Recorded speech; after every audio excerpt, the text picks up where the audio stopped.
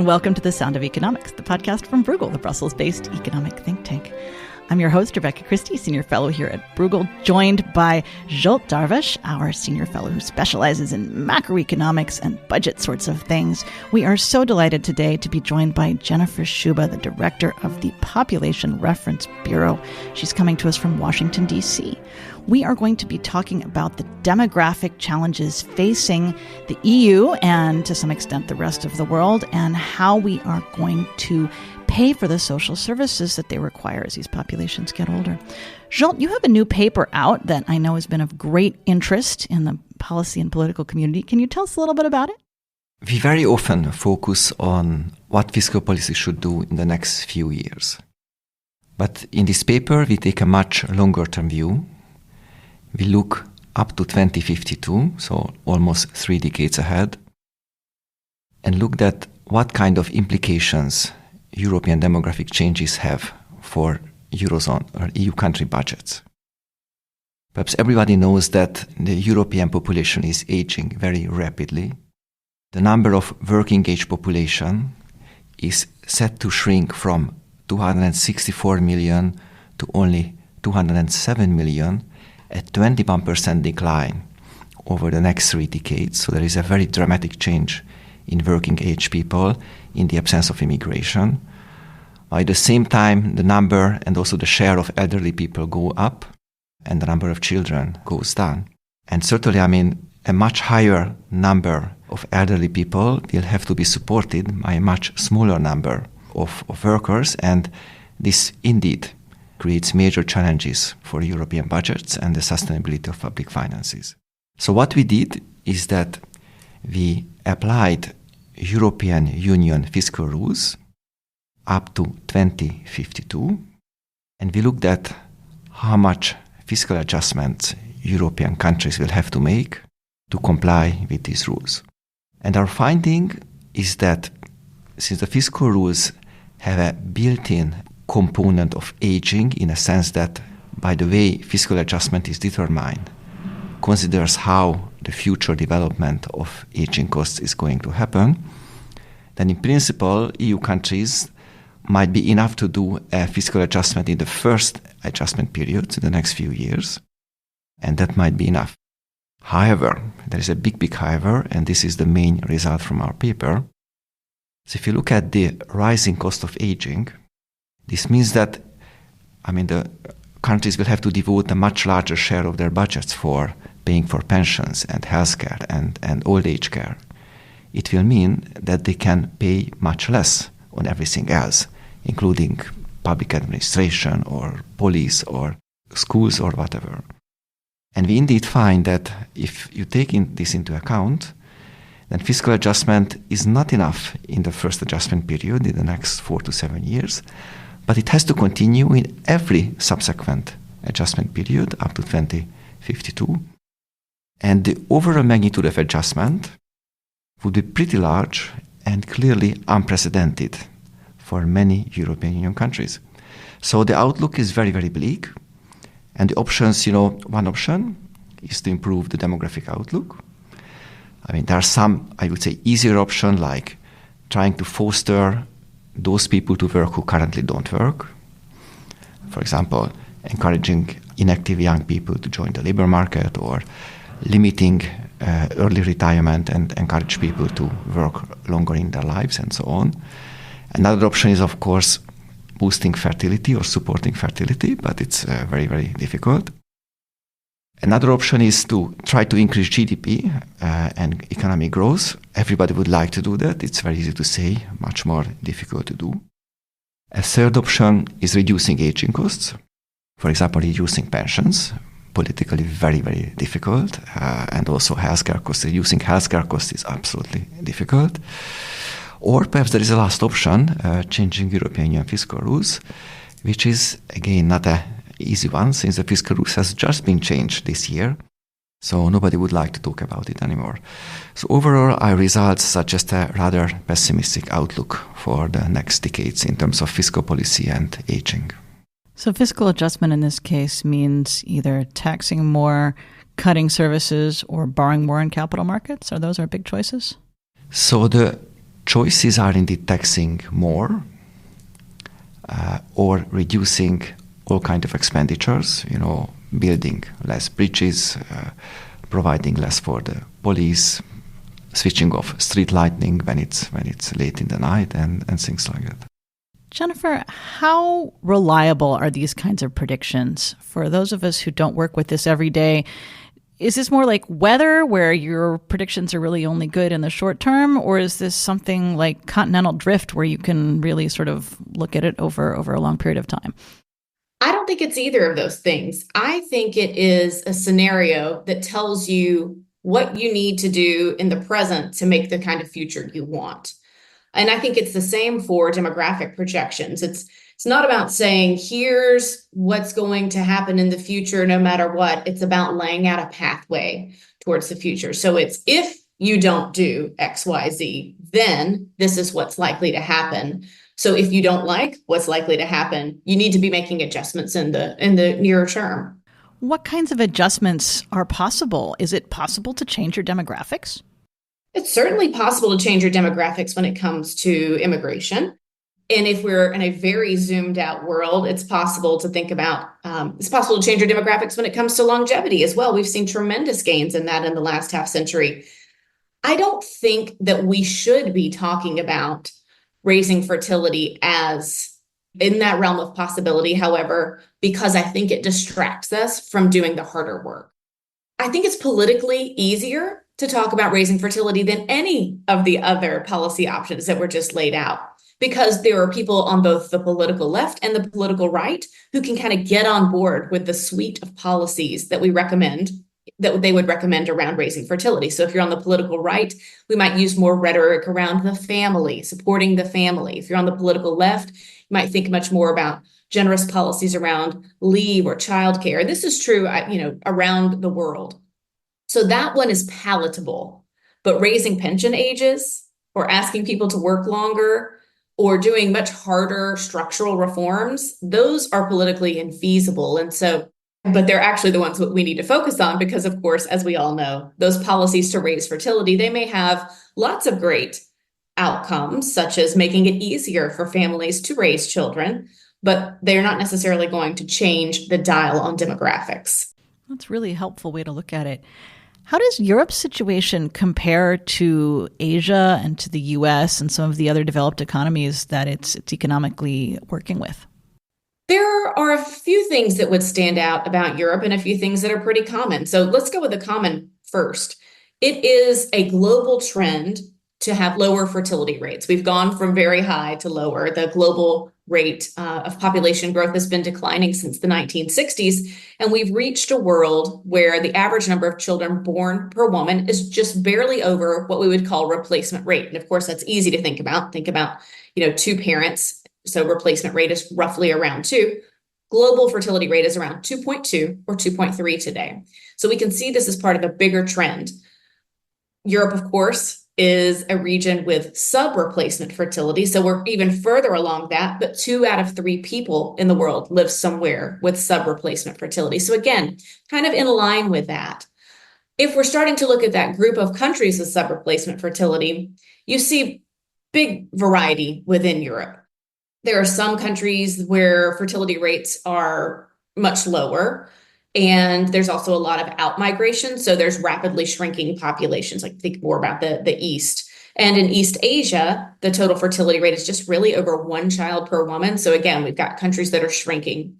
But also within Europe, you've got countries that low fertility countries wish that they looked like. You'd have fertility rates closer to the 1.6 or 1.7, like a Sweden or a France, and the United States. So you can go, now we look at North America as being comparable there, also with immigration to supplement growth of the working age population. So in that sense, there are somewhat commonalities, but a little bit of divergence there. I think where we can start to talk more about divergence is in the rules around work and retirement and the cultures and norms around work and retirement that I think will lead to really different outcomes when it comes to population aging.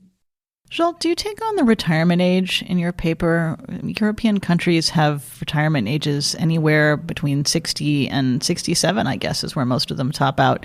Is there any effort to standardize or harmonize that?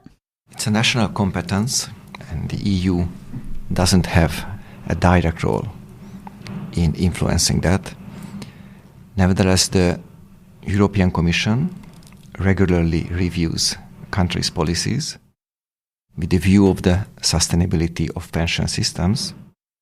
And in Europe, we have a policy coordination instrument, which is called European Semester, which leads in every year so-called country-specific recommendations. And these recommendations very often include recommendations related to the sustainability of pension systems. It's not obligatory for the countries to do them, to follow these recommendations. In contrast, for example, the European fiscal rules have very strong legal basis, and if countries don't follow fiscal rules, they might face fines. These recommendations are more in line with broad economic outlines and policy control.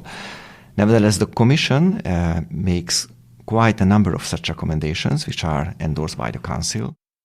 And these are related, for example, linking the retirement age to life expectancy, or harmonizing within country the different pension schemes which apply to different segments of the society, limiting options for early retirement, encouraging people to work longer than the statutory retirement age.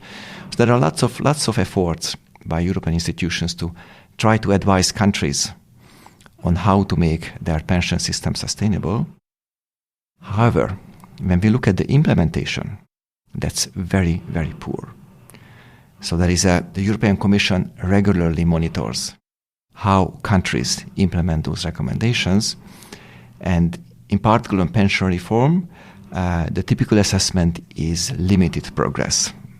But very often, no progress is also graded by the European Commission. So countries don't really like to get advice on how to make their pension system sustainable, which I think is a bit of a shame, because, again, when there is no aim to harmonize across Europe, I think there's a lot of knowledge and a lot of best practices in different countries, from which countries which face the most difficult outlook in terms of their pension systems could learn a lot. For the next part of our podcast, I'd like to talk some more about those best practices.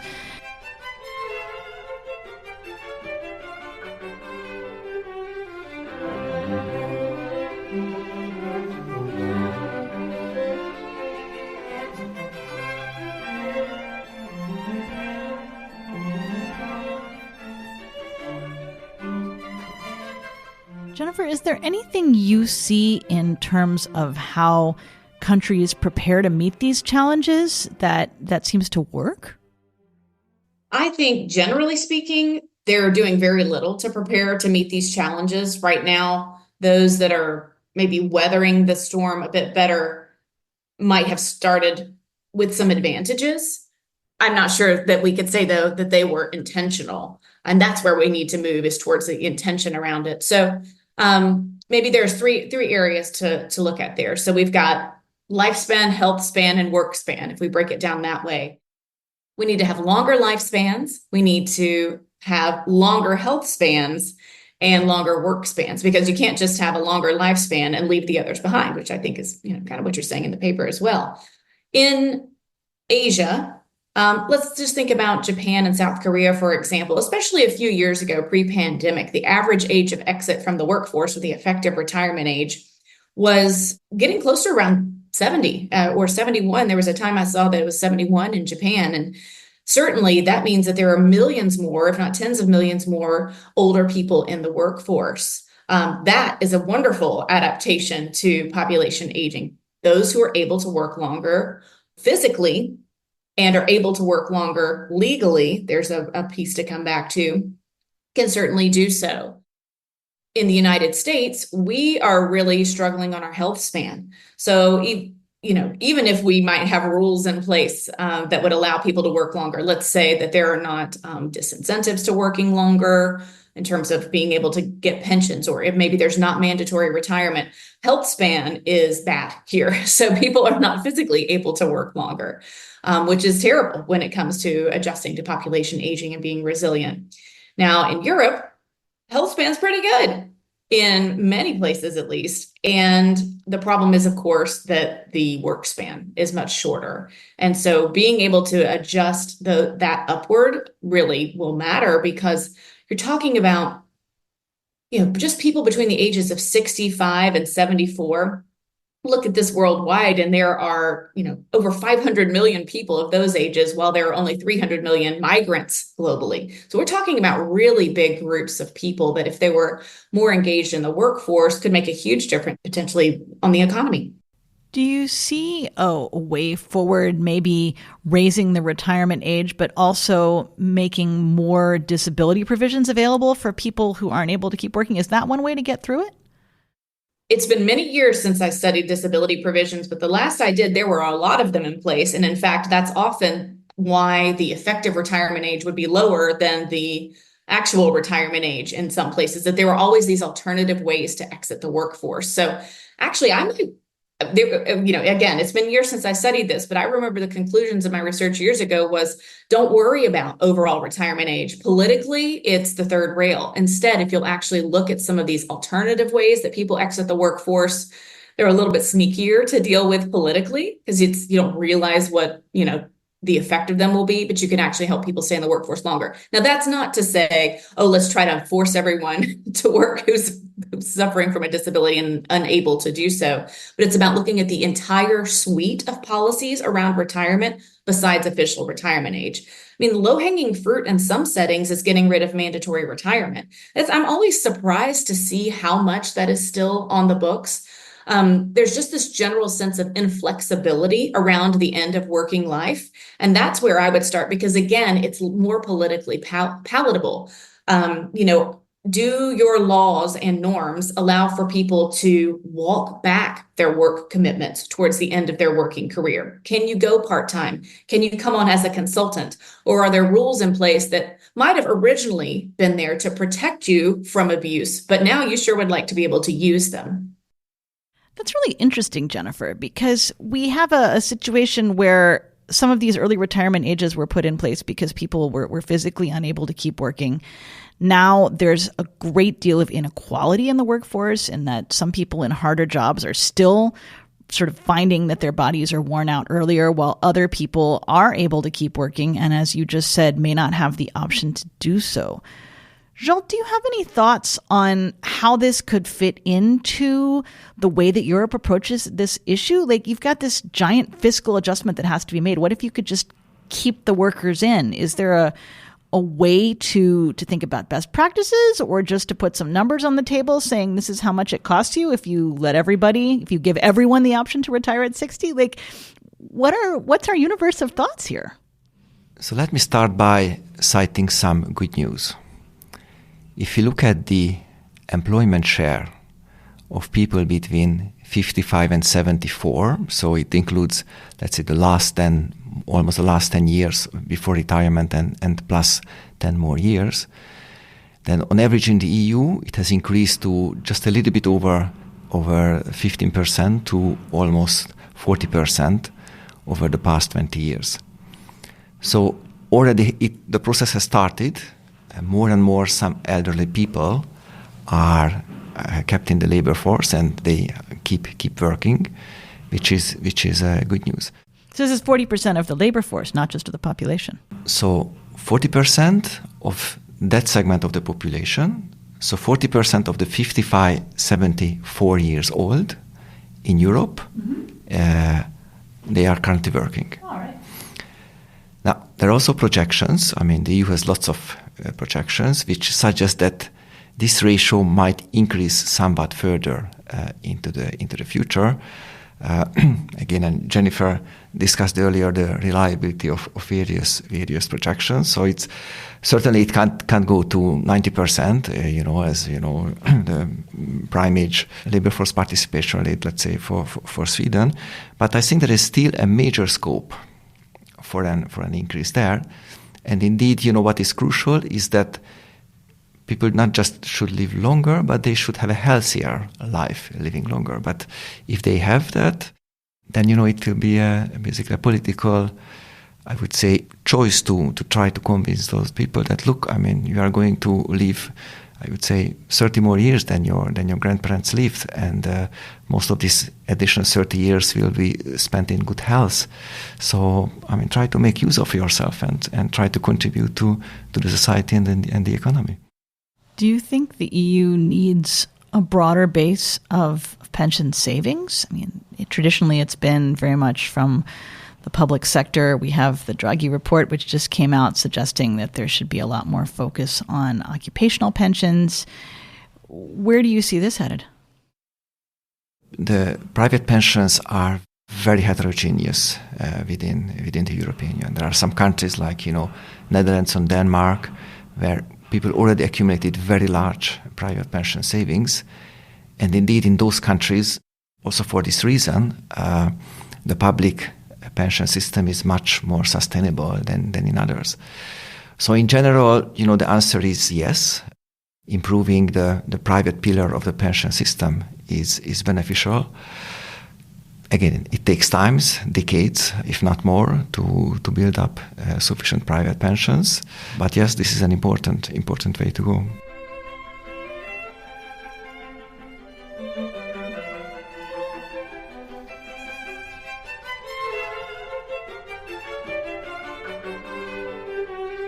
As we head into the last section of our podcast, I'd love to hear from both of you what you'd like policymakers to be doing besides just sort of wringing their hands and saying, wow, well, this is hard. We don't want to make any massive cuts, and we don't have any, immediate ways to change the trend. Maybe we're just stuck. Like, what can they be doing to make a difference?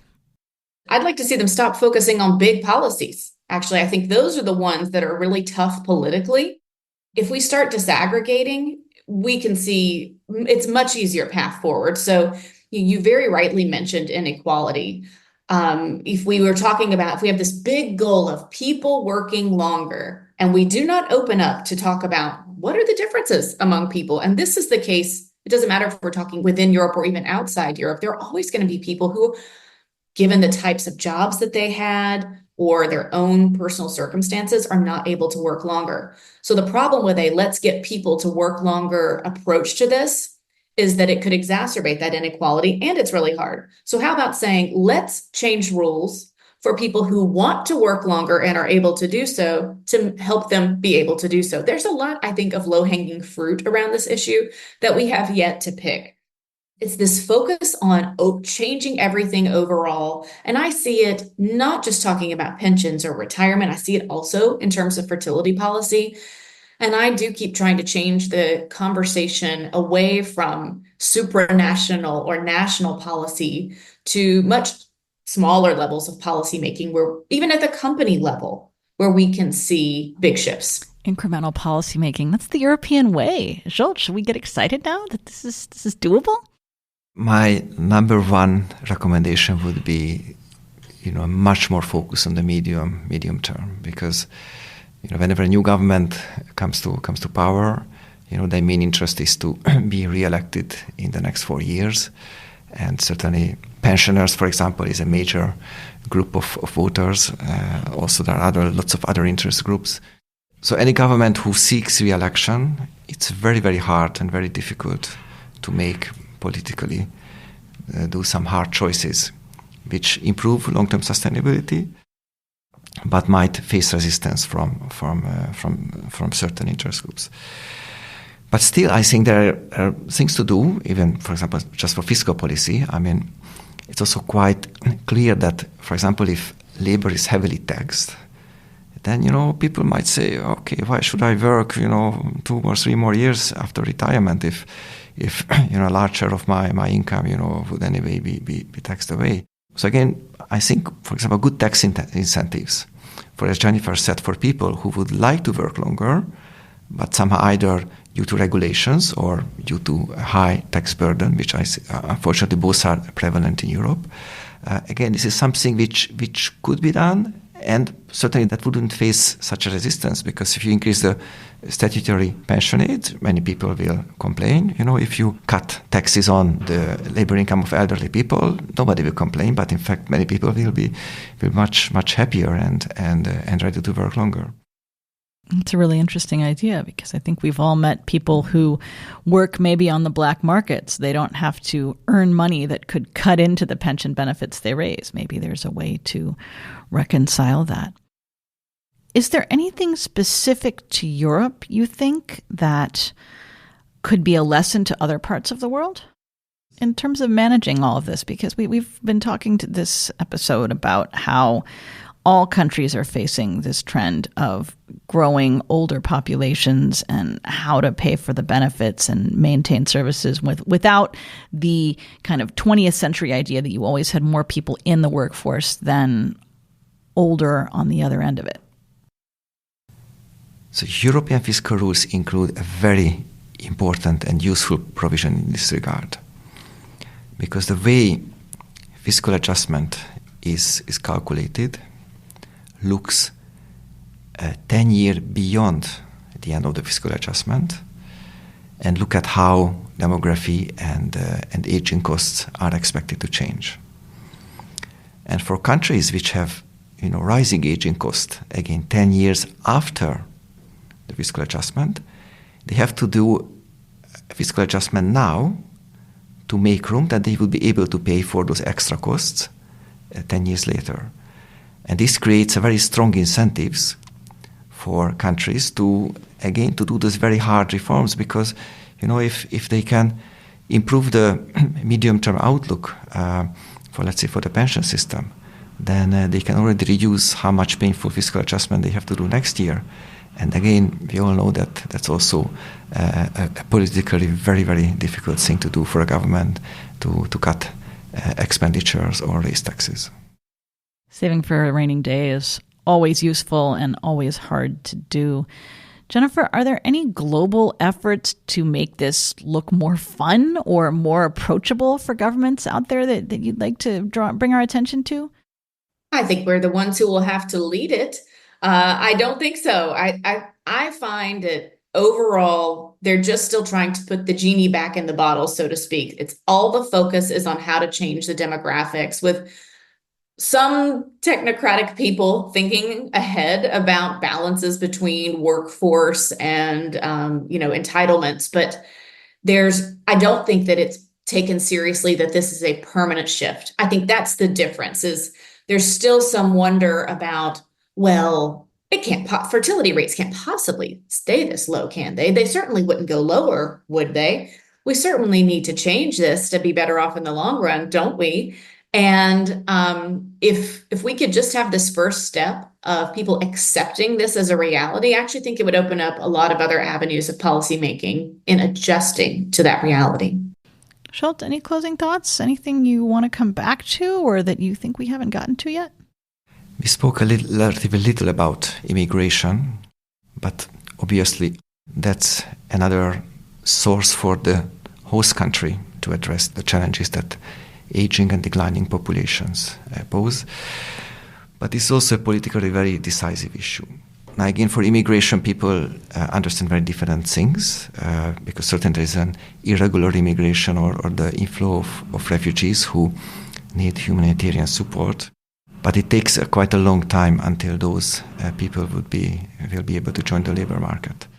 On the other hand, even countries which seem to be relatively adverse to immigration still invite, qualified labor because there are major labor shortages everywhere in Europe and I guess in also many other parts of the world. So one additional avenue would be somehow to explore better ways for attracting qualified labor. But it's a double-edged sword because it's good for Europe, but it's very bad for the source countries, which from where this qualified labor would leave. So that also, I would say, some global justice issues. Whether these rich nations in Europe and elsewhere should really attract the talented people from poorer parts of the world. The balance between skilled immigration and movement of migrants who don't yet have skills but might in the future, or their kids might have in the future, is such a political hot button right now.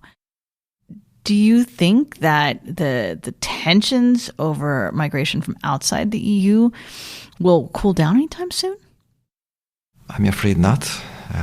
Also, if you just look at the impact of climate change, I'm afraid the number of people moving is set to increase. And what about, I have to ask this because it's been in the news, what about the strains on the Schengen free movement system? We see many countries now wanting to make it harder to move across borders, which presumably could hurt people who commute as well as all of the other people who are traveling around.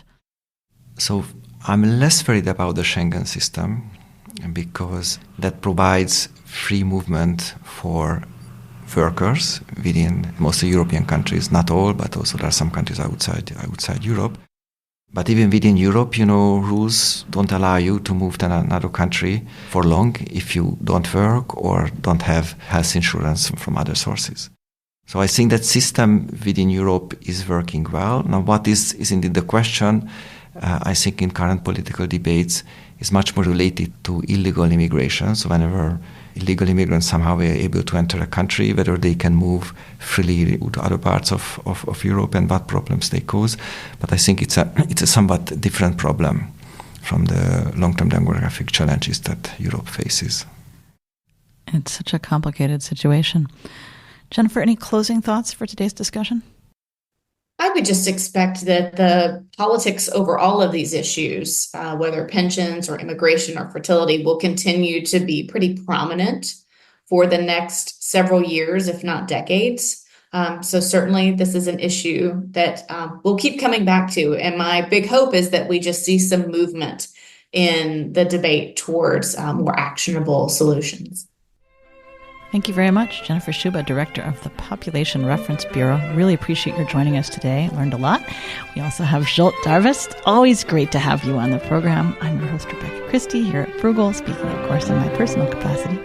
And you can find Zsolt's report on our website, bruegel.org, along with all of our other podcasts and research reports. And we will also link to Jennifer's organization and their research landing page. So stick around. Thanks for joining us, and we hope to see you next time. Bye-bye.